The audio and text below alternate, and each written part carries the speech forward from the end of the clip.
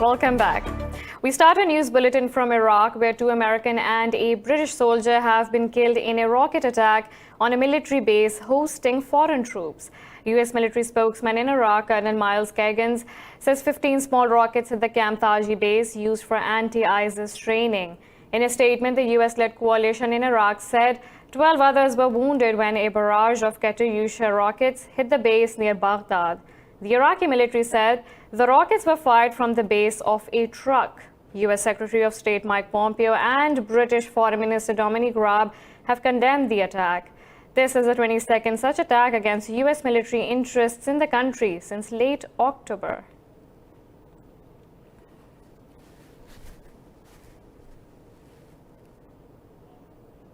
Moving to the U.S., a Syrian defector has asked Congress to enforce tougher measures against the government in Damascus for its atrocities in the country's war. Codenamed Caesar, the defector smuggled evidence of regime torture out of Syria in 2013, helping prompt new U.S. sanctions. Caesar was speaking to the House of Representatives during a special hearing marking 9 years since the war began. Speaking on existing sanctions, Caesar said more was needed because regime forces still carry out mass killings. He said Damascus sees the lack of a reaction from the international community as a green light to continue its crimes. Responding, the committee's Republican chairman Jim Risch said he is working with the Trump administration on the issue. He said the Syrian people deserve better.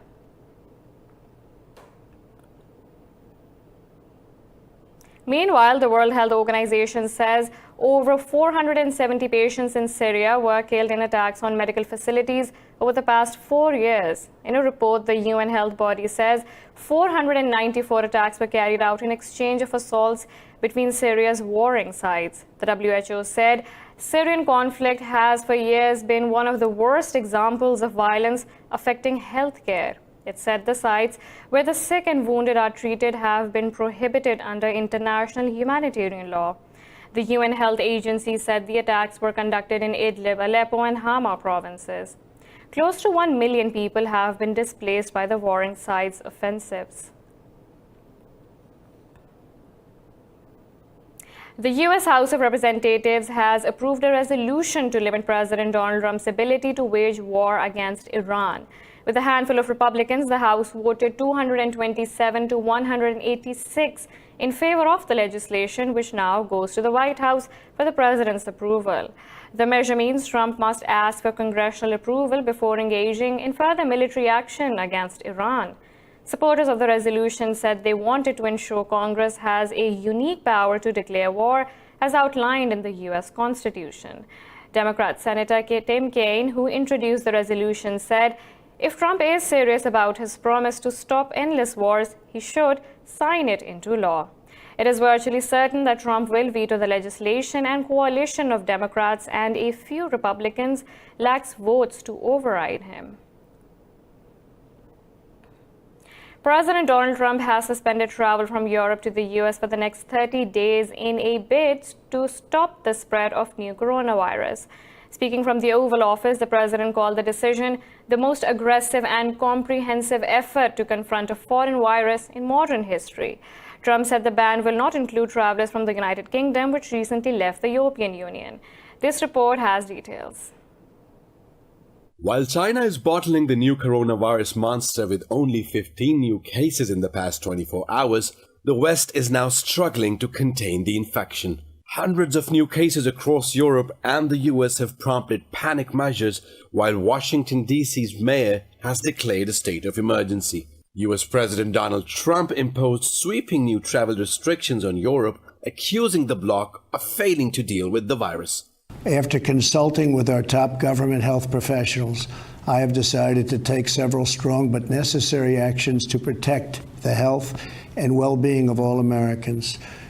To keep new cases from entering our shores, we will be suspending all travel from Europe to the United States for the next 30 days. The new rules will go into effect Friday at midnight. The number of fatalities continues to climb in Italy and Iran, while all of Europe is gradually moving towards a virtual shutdown. With 124 countries and territories now affected by COVID-19, the World Health Organization has declared the outbreak a pandemic. WHO has been assessing this outbreak around the clock, and we're deeply concerned both by the alarming levels of spread and severity and by the alarming levels of inaction. We have therefore made the assessment that COVID-19 can be characterized as a pandemic. Oscar-winning actor Tom Hanks and his wife, actress Rita Wilson, have both tested positive for the new coronavirus in Australia. The film star says he and Wilson will be isolated, observed, and tested for as long as required. U.S. Envoy Zalmay Khalilzad says he hopes intra-Afghan talks will conclude in 100 days. Peace talks between the Taliban and Kabul were scheduled to start on March 10th, but delayed over prisoners' release issue. In an interview, Khalilzad said the U.S. wants this issue to be resolved during the first phase of the truce withdrawal. The special envoy clarified the withdrawal of all U.S. troops from Afghanistan in 14 months is conditional. He said the Taliban and Kabul need to compromise for a political settlement to end the war in Afghanistan. Khalilzad said there are signs of the start of intra-Afghan dialogue, but all parties involved can only celebrate after it is completed. Now moving towards India, world rights bodies have called for action to end the grave human rights situation in Indian-occupied Kashmir. In a joint statement at the UN, ICJ, Human Rights Watch and Amnesty International highlighted internet ban, illegal arrests and atrocities by Indian authorities in the valley. They said 3 former chief ministers and pro-freedom leaders remain in detention under controversial Public Safety Act. The international bodies asked Delhi to ensure free access of independent observers and foreign journalists to carry out their work without fear. They asked Indian government to release everyone detained without charge and remove restrictions on rights to freedom of expression and of movement. They urged the UN to establish an independent international investigation mechanism into crimes in Kashmir. The valley has been reeling under Indian curfew and communications blackout for 221 days. Global media watchdog Reporters Without Borders has added India to the list of digital predators stifling free speech. In a report, RSF named countries which use digital technology to spy on and harass journalists, jeopardizing access to news. In the report, the body included Indian Prime Minister Narendra Modi's trolls for calls for rape and death threats to journalists. It also identified Indian Ministry of Home Affairs for limiting access to information by disconnecting the internet in occupied Kashmir. It said Hindutva supporters are trying to purge all manifestations of the so-called anti-national thought from the national debate. The body said online harassment campaigns are particularly virulent when the targets are women.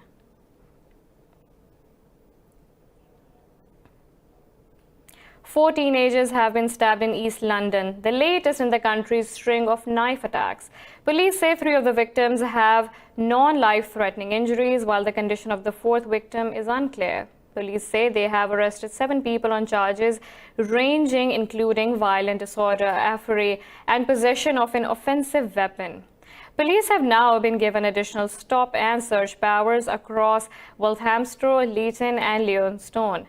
Scotland Yard said there was no risk to members of the public and say it was an isolated incident.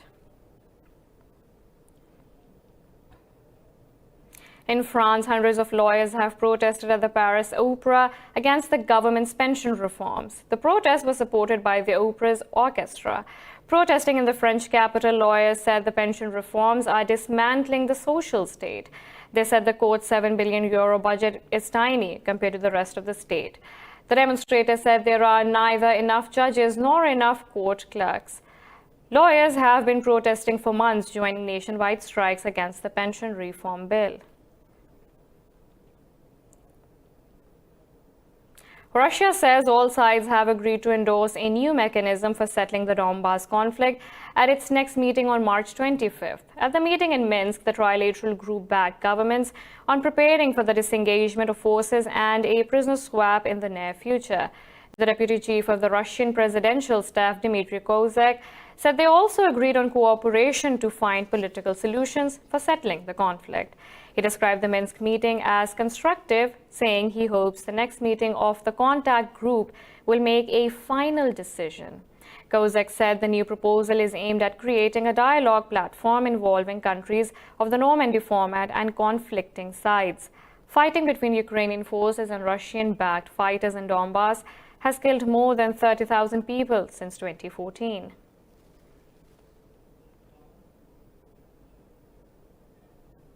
In Chile, students have ramped up anti-government protests as the country marks 3 decades of democracy. The protesters in the streets of Santiago clashed with police, marking a day of civil disobedience and calling for the president to resign. President Sebastián Piñera has been under fire for the strong police response to the protests, including the use of tear gas. Earlier this week, the beating of an elderly protester by a police officer shocked the nation, with citizens calling for justice. Meanwhile, addressing an event at the presidential palace, Piñera said Chile must combat violence and care for democracy. He said the country must learn from the lessons of the past 3 decades as well as the past 5 months. Personal de carabineros. Personnel from the police force brutally and sadistically beat an elderly person in Santiago who was on the ground, defenseless, who represented no threat. This undoubtedly is another typical case of police abuse, of the police brutality that we have expected and which should be sanctioned and punished. Ex-movie producer Harvey Weinstein has been sentenced to 23 years in prison for rape and sexual assault. Weinstein was found guilty in a trial in New York last month. Weinstein's lawyers appealed for leniency, saying even the minimum sentence of 5 years could be a life sentence. But prosecutors argued that Weinstein should be given the maximum possible sentence because of his lifetime of abusing women. Dozens of women have come forward with allegations of sexual misconduct against Weinstein since October 2017. Weinstein still faces further charges of rape and sexual assault in Los Angeles. His case was at the center of the Me Too movement, which inspired women around the world to report sexual misconduct by powerful men.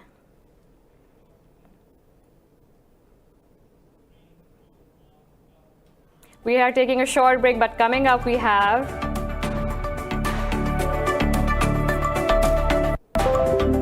ancient Turkish town of Hasankeyf sinking every day.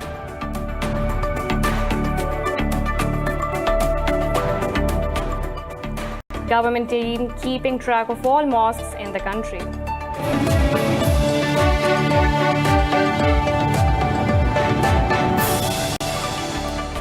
Welcome back to our news bulletin. In Nigeria, conflict has raged between bandit and vigilantes in the northwestern state of Zamfara for over 10 years. A peace deal was finally reached in September, and hostilities between the fighting sides have come to a halt. But locals fear the truce will not hold and refuse to leave their displacement camps. More in this report. The violence in Zamfara is one of Africa's most underreported conflicts. For over a decade, Kalashnikov-wielding bandits have terrorized the local population with impunity.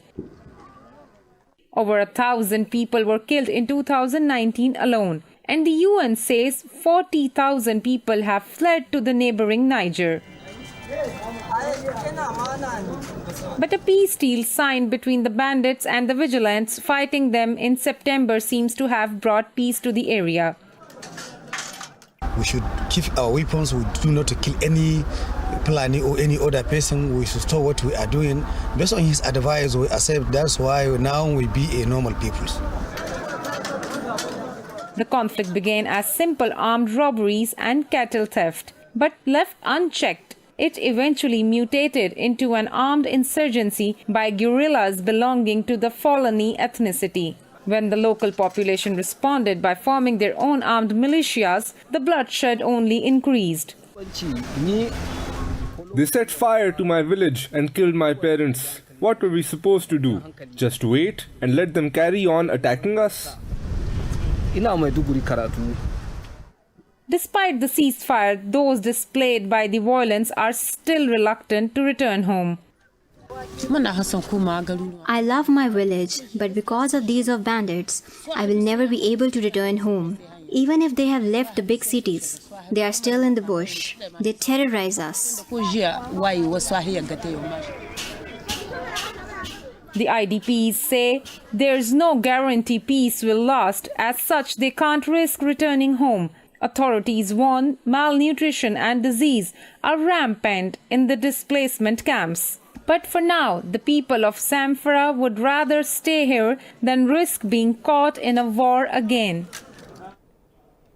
In Turkey, the ancient town of Hasan Cave, which has stood on the banks of Tigris River for 12,000 years, is slowly drowning every day. The town, widely seen as a jewel of human history, will soon be a victim of the Il-Su Dam project. More in this report. Hasan Cave is a city under threat. This 12,000-year-old settlement in eastern Turkey is sinking under the waters of the Tigris River, rising ever higher as a result of a controversial dam project. Its residents are trying to salvage what they can as they question what future commercial opportunities will remain. I used to work in the tourism industry. I sold pamphlets. I told the story of this place. But unfortunately, in the last few months, no one has come here except journalists. Some locals try to focus on the benefits the dam will bring to other parts of the region's economy, which they feel has been neglected by the Turkish government in the past. Above all, it's good for the energy sector and for power generation. But it will also be useful and beneficial for agriculture. The Il-Su hydroelectric dam is destined to become the second largest in the country, a huge project that has displaced many into the new Hasan Cave. For the project's critics, the dam will not only swallow up a historic city, but also erase part of the identity of this Kurdish majority region. When you look at the landscape, it's a clear destruction of history that we're witnessing. Did Turkey really need that dam? We keep asking that question. With the canyon encased in concrete and water engulfing this historical landmark a little more every day, many wonder what Hasan Cave will look like tomorrow. Ever wondered how many mosques are there in the world's most populous Muslim majority country? In 2013, the Indonesian government made a team of 1,000 mosque hunters who visit every corner of the country trying to answer this question. So far, they've documented over 500,000, but the task before them isn't even close to being finished. This report will now tell you more.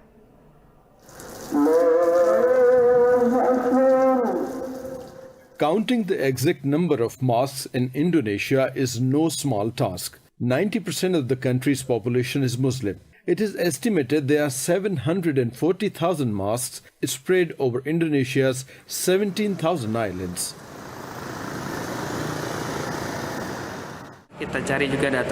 What we are also gathering is data related to whether a mosque is exposed to radical ideology. We also want to see the geographical distribution of mosques exposed to radicalism. This is helpful to address the radicalism problem in the Indonesian society.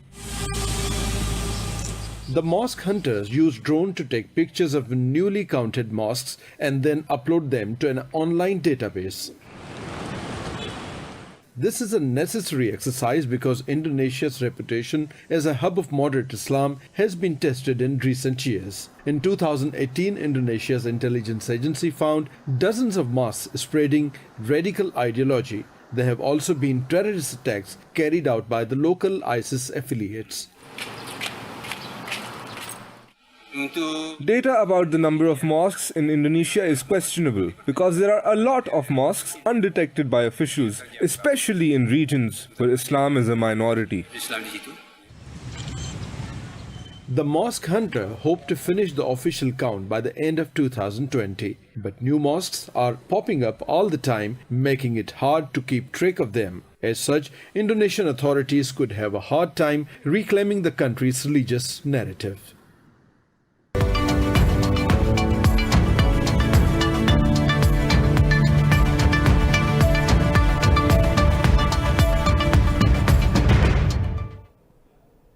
Asian stock markets have plunged after World Health Organization declared COVID-19 a pandemic. Panic sell-off has jolted major stocks as stimulus measures failed to pick up investor sentiments.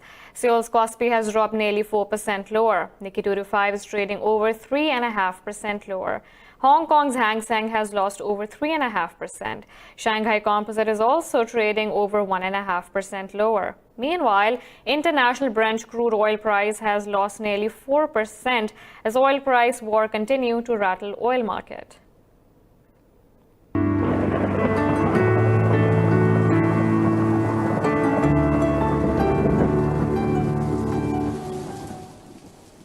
Now let's look at the weather from around the globe.